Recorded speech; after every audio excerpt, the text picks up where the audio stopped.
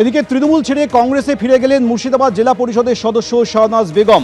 তৃণমূল পরিচালিত মুর্শিদাবাদ জেলা পরিষদের বিরুদ্ধে দুর্নীতির অভিযোগে এর আগে তিনি সরব হয়েছিলেন। কয়েকদিন আগেই তিনি তৃণমূল ছেড়ে দেন। আর তৃণমূল ছেড়ে এবার অধীর চৌধুরীর উপস্থিতিতে শাহনাজ বেগম কংগ্রেসে যোগদান করলেন। হুমায়ুনের হারানোর চ্যালেঞ্জের মধ্যেই তৃণমূলে ফের ভাঙন। মুর্শিদাবাদ জেলা পরিষদের সদস্য শাহনাজ বেগম আজ অধীর চৌধুরীর উপস্থিতিতে কংগ্রেসে যোগদান করলেন। শাহনাজ বেগম ফের সরব হয়েছেন দুর্নীতি নিয়ে। তিনি বলছেন যে দুর্নীতির সঙ্গে আপোষ করে চোরের জেলা পরিষদে তকমা নিয়ে আমি থাকবো না, এই অভিযোগ করে মুর্শিদাবাদ জেলা পরিষদ সদস্য পদ থেকে তিনি সরে দাঁড়ান। এরপর আজ অধীর চৌধুরীর উপস্থিতিতে কংগ্রেসে ফিরে গেলেন শাহনাজ বেগম।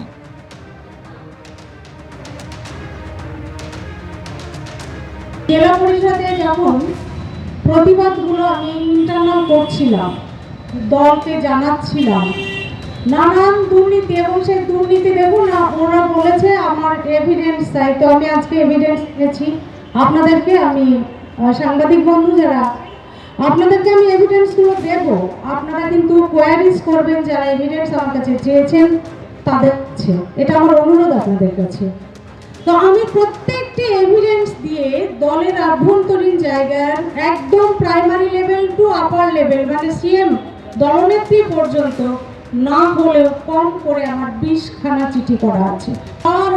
বারবার তৃণমূলকে অ্যালার্ট করার চেষ্টা করেছিলাম, কারণ আমি নিজে কখনো দুর্নীতিতে যুক্ত হইনি, আমি আগামী দিনেও কখনো দুর্নীতিতে যুক্ত হব না, আপনারা নিশ্চিত থাকতে পারেন। তাই দুর্নীতির দায়ভার নিয়ে এই জেলা পরিষদের একজন সাধারণ মেম্বার হয়ে থাকার চাইতে আমার মনে হয়েছে যে দল আজ ক্ষমতায় কেন্দ্রেও নেই, রাজ্যেও নেই, ন্যাচারালি আমি কোনো লোভে এখানে আসিনি, আপনারা বুঝতেই পারছেন। আমি এখানে এসেও যেখানে শূন্য জায়গা দেখব সেখান থেকে সংগঠন তৈরি করব। আজ পশ্চিমবঙ্গ থেকে অনুপ্রবেশকারীদের নিয়ে মুখ খুলেছিলেন প্রধানমন্ত্রী নরেন্দ্র মোদী। পশ্চিমবঙ্গ থেকে অসমে গিয়ে সেখান থেকেও অনুপ্রবেশ নিয়ে ফের সরব হলেন প্রধানমন্ত্রী নরেন্দ্র মোদী। केंद्र सरकार ने भी घुसपैठ रोकने के लिए सख्ती की है। अवैध घुसपैठियों को बाहर निकालने के लिए उनकी पहचान भी कराई जा रही है। लेकिन भाइयों बहनों, कांग्रेस पार्टी और इंडी गठबंधन के लोग खुलकर देश विरोधी एजेंडों पर उतर आए हैं। देश का सुप्रीम कोर्ट तक घुसपैठियों को बाहर करने की बात कर चुका है, लेकिन ये लोग घुसपैठियों के बचाव में बयानबाजी कर रहे हैं। इनके वकील कोर्ट में घुसपैठियों को बचाने की पैरवी कर रहे हैं। चुनाव आयोग निष्पक्ष चुनाव के लिए एसआईआर की प्रक्रिया कर रहा है, तो इन लोगों को देश के हर कोने में तकलीफ हो रही है। ऐसे लोग असमिया भाई बहनों के हितों को नहीं बचाएंगे। ये लोग आपकी जमीन और जंगलों पर किसी और का कब्जा होने देंगे। इनकी देश विरोधी मानसिकता पुराने दौर की हिंसा और अशांति वाले हालात पैदा कर सकती है। কাল বাদে পরশু নতুন দলের কথা ঘোষণা করতে চলেছেন হুমায়ুন কবির। এর আগে একাধিক রাজনৈতিক দলকে তার সঙ্গে জোটে আসার আহ্বান জানিয়েছেন, আর এবার জোট ফর্মুলাও বাতলে দিলেন হুমায়ুন কবির। মুর্শিদাবাদে যে 22টি আসন রয়েছে সেই 22টি আসনের মধ্যে 9টি আসনে আমি লড়বো, অর্থাৎ তার যে নতুন দল সোমবার ঘোষণা হবে সেই দল লড়বে। 9টিতে আমি লড়বো, কংগ্রেস যদি চায় তাহলে 9টি আসন কংগ্রেসকে ছেড়ে দেবো, 3টি আসন সিপিএমকে দেবো, আইএসএফকে দেবো 1টি আসন, আর যদি না হয় তাহলে তৃণমূলকে হারাতে বিজেপিকে হারাতে একাই লড়বো। রেজিনগরের সভাস্থল পরিদর্শনের পর জোট ফর্মুলা দিয়েছেন হুমায়ুন কবির।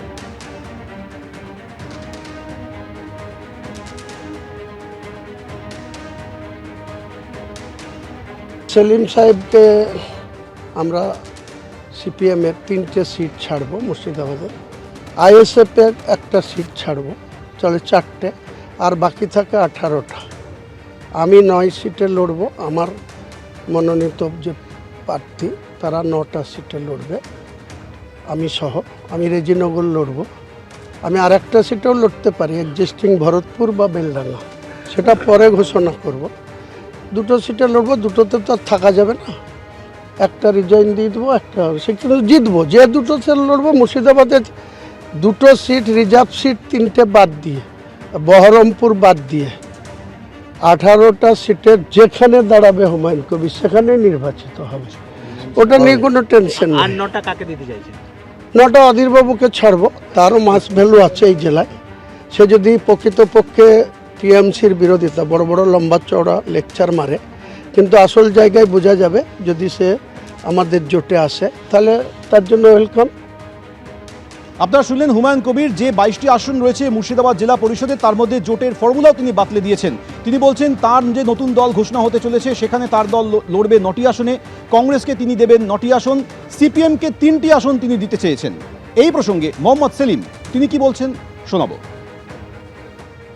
আমরা একটা বামফ্রন্টের মধ্যে কি আসন রফা হবে সেটা বুঝে নিয়ে তারপরে যারা বিজেপি এবং তৃণমূলের বিরুদ্ধে থাকবে, টিকে থাকবে এবং লড়বে, তাদের সঙ্গে আমরা আলাপ আলোচনা করব। তো এটা ঠিক যে বিজেপি এবং তৃণমূলকে শূন্য করতে চায়, এ কথা যা বলেছে এটা আজকে রাজ্যের মানুষের কথা। আমি বললাম আগে বামপন্থীরা আলাপ আলোচনা করছি, তারপরে বামফ্রন্টে জানুয়ারি মাসের গোড়া আলোচনা হয়ে গেলে তারপরে বিজেপি তৃণমূলের বিরুদ্ধে যারা টিকে থেকে লড়াই করবে মাটি কামড়ে, তাদের সঙ্গে কথা বলবো। হুমায়ুন এখনও তার দল তৈরি করেনি, দলের সঙ্গে তো আলোচনা হবে, আগে দল তৈরি করুক, তারপর তো দেখবো সেই দলের কর্মসূচি কী, সিদ্ধান্ত কী, মনোবাঞ্ছা কী, তার উপর নির্ভর করে আলাপ আলোচনা কীভাবে হবে। আরও একবার জানাবো, সোমবার নতুন দলের কথা ঘোষণা করতে চলেছেন হুমায়ুন কবির। তিনি জানিয়েছেন মুর্শিদাবাদে যে 22টি আসন রয়েছে সেই 22টি আসনের মধ্যে তার দল লড়বে 9টি আসনে, তিনি লড়বেন 9টি আসনে। কংগ্রেসকে তিনি 9টি আসন দিতে চাইছেন, সিপিএমকে দেবেন 3টি আসন, আইএসএফকে দেবেন 1টি আসন। ইতিমধ্যেই সিপিএমের তরফ থেকে বলা হয়েছে আলোচনার অবকাশ রয়েছে, পরিবেশ পরিস্থিতি অনুযায়ী গোটা বিষয়টি নিয়ে তারা ভাবনা চিন্তা করবেন। আইএসএফকে তিনি 1টি আসন দিতে চেয়েছেন। এবার শোনাবো নওশাদ সিদ্দিকী, তিনি কি বলছেন।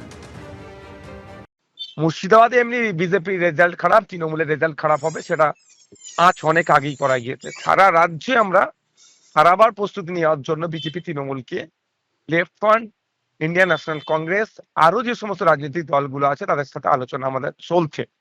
সুতরাং আলোচনা চলার পথে in the mean time Humayun Kabir সাহেব নতুন দলের তিনি নাকি আত্মপ্রকাশ করবেন। আর 2 দিন অপেক্ষা করি। হুমায়ুন কবির সাহেব সিট কে কটা নেবে ঠিক করে দিতে পারে না। আমাদের কাছে বড় কথা হচ্ছে প্রত্যেকটা সিটে বিজেপি এবং তৃণমূলকে হারাতে হবে।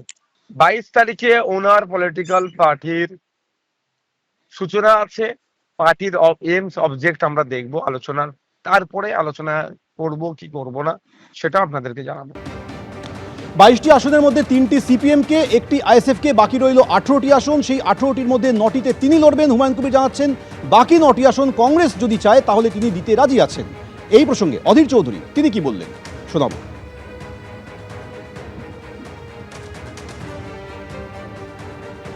তৃণমূলকে ক্ষমতাকে হারাতে চান, বিজেপিকে যদি হারাতে চান, সিপিএম, আইএসএফ, কংগ্রেসকে কংগ্রেস আসুন। মুর্শিদাবাদে 22 ভোটের মধ্যে আমি 9টা লড়বো, 9টা কংগ্রেসকে যাবো, 3টি সিপিএমকে যাবো, আর আইএসএফকে 1টি যাবো। তৃণমূলকে শূন্য করবো, কেউ না আসলে আমি একাই 22টা বলছি, 9টা আসন জিতবো কাউন্সিলে। কে কি বলছে আমি জানি না, সব প্রশ্নের উত্তর দিতে পারি না। আমি কংগ্রেস দল করি, কংগ্রেস তার মধ্যে করে কি করবে না করে জানি দেবে। তৃণমূলের বিরুদ্ধে লড়তে হুমায়ুন কবিরের এই যে জোট ফর্মুলা তা নিয়ে কুণাল ঘোষ কি বলেছেন দেখুন। কি বলে 294টাতেই প্রার্থী দিন, উনি যা ইচ্ছা করুন। মানুষ শুধু এইটুকু বুঝে গিয়েছে 2019 সালে বাবরি মসজিদ ধ্বংসকারী বিজেপির যে মানুষ প্রার্থী হয় সে হঠাৎ 2025-এ এসে হঠাৎ তার শ্রদ্ধা বেড়ে গিয়ে বিজেপি হাঁটাও বলছে। যে মানুষ বুঝে যান যে বিজেপি ভোট ভাঙার খেলা খেলছে, বিজেপিকে হারাতে প্রত্যেকটা ভোট তৃণমূলকে, আর অন্য কোনো যদি এসব এজেন্ট ফেজেন্ট নানা রকম দল মল ম্যান এদের ভোট দিতে যান, প্রত্যেকটা ভোট ঘুরিয়ে বিজেপিকেই সাহায্য করে। এবিপি আনন্দ এগিয়ে থাকে, এগিয়ে রাখে।